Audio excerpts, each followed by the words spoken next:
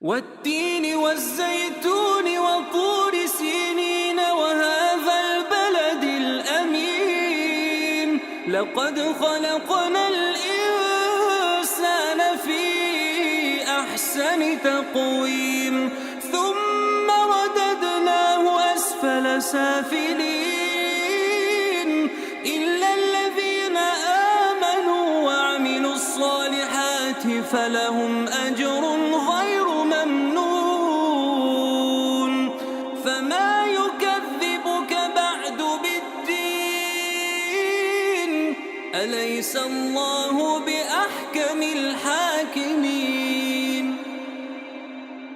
والتين والزيتون وطور سينين وهذا البلد الأمين